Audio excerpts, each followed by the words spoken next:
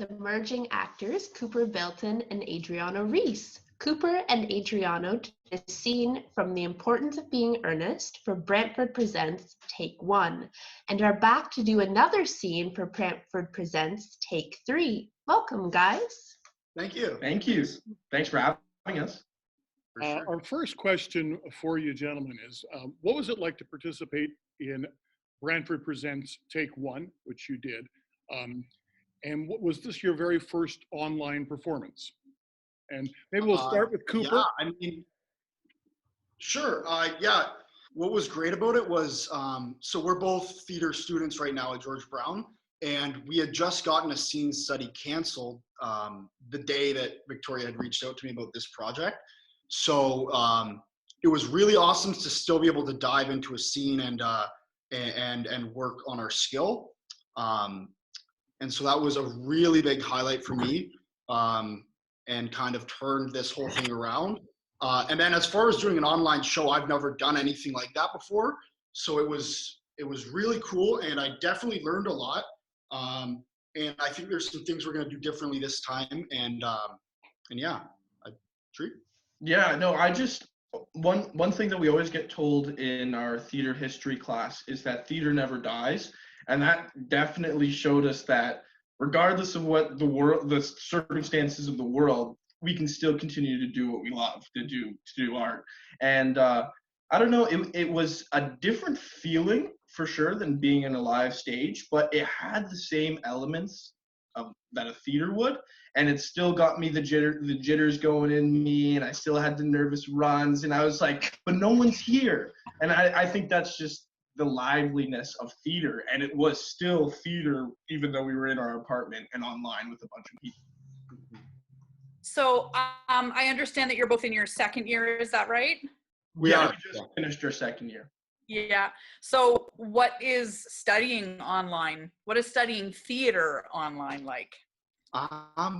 It's a little different. Definitely different, I must say.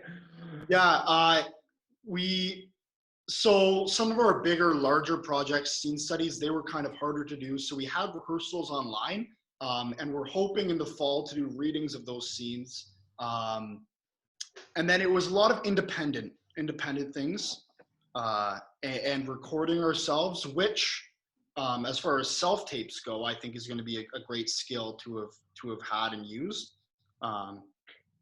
Yeah.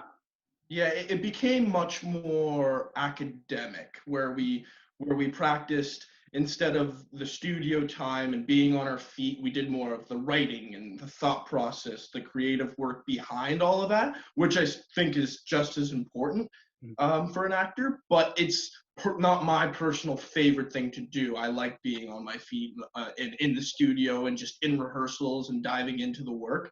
But it was good to practice those other things that I'm not used to doing or I'm not as comfortable doing. Mm-hmm. But yeah, it was definitely different. Yeah, for sure. Now, Cooper, you grew up doing community theater in Brantford. What was that like, and what made you decide to pursue it as a career professionally? Well, so yeah, growing up, I did a lot of community theater where I met some of my best friends in the whole world that I still talk to.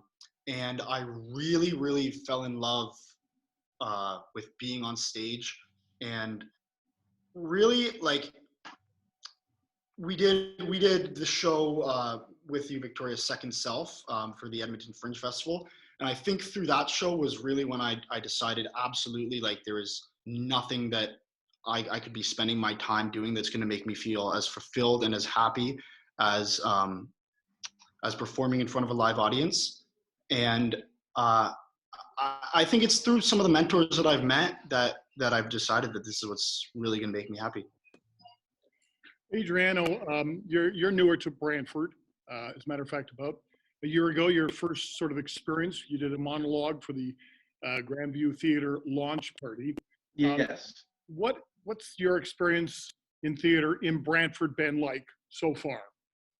Well, so Brantford as a city, just as in general, I was introduced to through Cooper, and that's the thing about theater. You just create such great friendships, and like the time not spent on stage is some of the best parts. You know what I mean?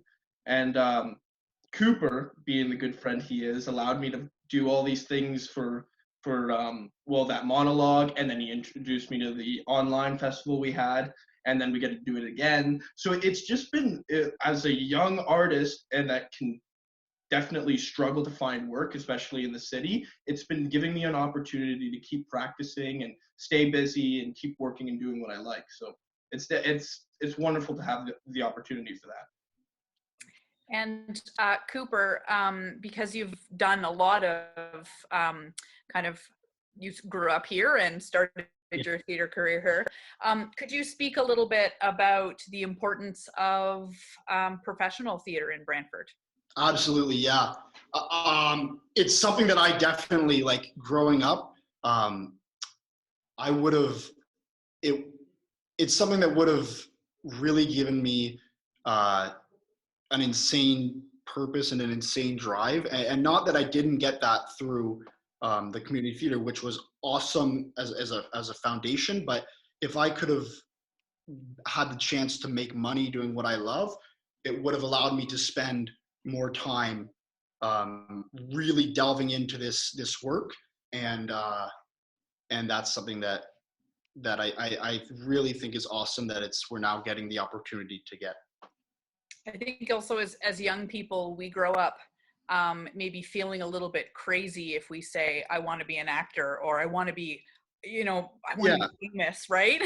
We feel a little bit crazy for saying things like that. And when that professional theater is offered, you have a reason to believe in yourself a little bit more and take yourself a little bit more seriously as an artist.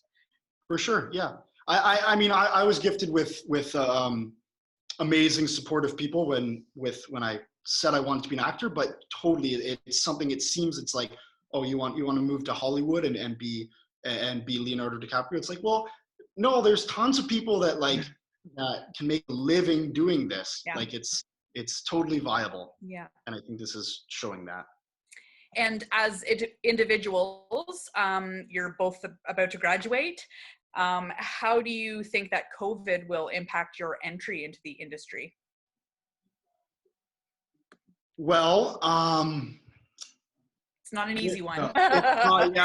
It's I mean, we hope for the best, but as far as coming out of school and stuff, you wonder how much opportunity there's going to be, especially for the emerging artists. You hope for the best. I mean, things like Theatre Ontario, which is right now struggling and stuff, is an awesome opportunity for graduating students and stuff. So if programs like that are canceled, it will definitely make it a lot harder for us to find a path. Yeah, it's going to be a challenge, and it's going to be hard, but it was going to be regardless. So it's like, as actors, the best thing we're trained at is just kind of rolling with the punches, and it's like, okay, this is what we're doing now. All right, here we go. But that being said, I think this gives a lot more opportunity for the hunger and drive to produce your own work. And I feel like a lot of artists, instead of relying on the phone call or just auditions, they're going to be like, wait a minute, if we're not getting anything, let's do this ourselves. And I know a bunch of people in our school that are going to take that on and start calling people and doing their own work together. That's great. So I know that there's a lot of people who are giving away their work for free right now on social media. A lot of artists and a lot of performing artists as well are doing that. Why is it important for you both as individuals to be paid for your work as artists? Well, I think what's sometimes hard about it is because you go to a show, and one of the tricks about acting is to make it look easy. Mm-hmm. And so people don't realize how much work really is behind the scenes from it's not just memorizing lines, it's so much more. It's you're living that, and you're thinking about all these different aspects, and you're connecting dots, and the amount of hours that goes into producing a professional show, it's a lot of time, and to not receive pay for that is kind of, it's hard. So as much as you love it, you need to be able to make revenue from it. Yeah. And I can say that the passion that actors have for acting, they're willing to do it like for free, because they know that one point it'll come the time where they're going to get paid for this. And that there's always like that hope, and it's like, I'll do this for free, absolutely, because I know if I continue to do work, eventually I'm going to get paid for this. And it's a practice, it's an art, and it deserves to be paid for. It's entertainment. So we're providing a service, and it's I don't know, it's important for all artists to be paid regardless of what it is, and that goes for any other job. If you're putting out work and taking time to provide a service or just entertain people, then you should be getting paid for it. And like Cooper said, the detail that's put into this industry, like just the set and the costumes, there's so much behind it that the audience doesn't get to see. They see the 2-hour show, 1.5 hour, and then that's it. But there's so much to it. So it's like, we deserve to be paid for what's behind the scene. One thing I guess we should mention is that both of you gentlemen are going to be part of Take 3 of Brantford Presents, which is coming up on May 22nd at 7 o'clock. It will be on Zoom, and then we'll put it up on YouTube as well. Do you know what you're going to do for us for Take 3? We have some ideas. We have ideas. We haven't decided for sure yet. We just can't choose yet. Okay. Too many choices. That's the honest truth. Yeah. Great. Oh, very good. I suppose we do better when a director just tells us to do a scene, but we don't have that right now, so we're just, You're learning how to become your own directors. Exactly. Yeah. Very good. If we want to check you out before Brantford Presents Take 3, how would we find you on social media? I'm at Cooper Bilton on Instagram. And I'm at Adriano Reis 10. Awesome. Thank you so much, gentlemen. It was really nice to chat with you today.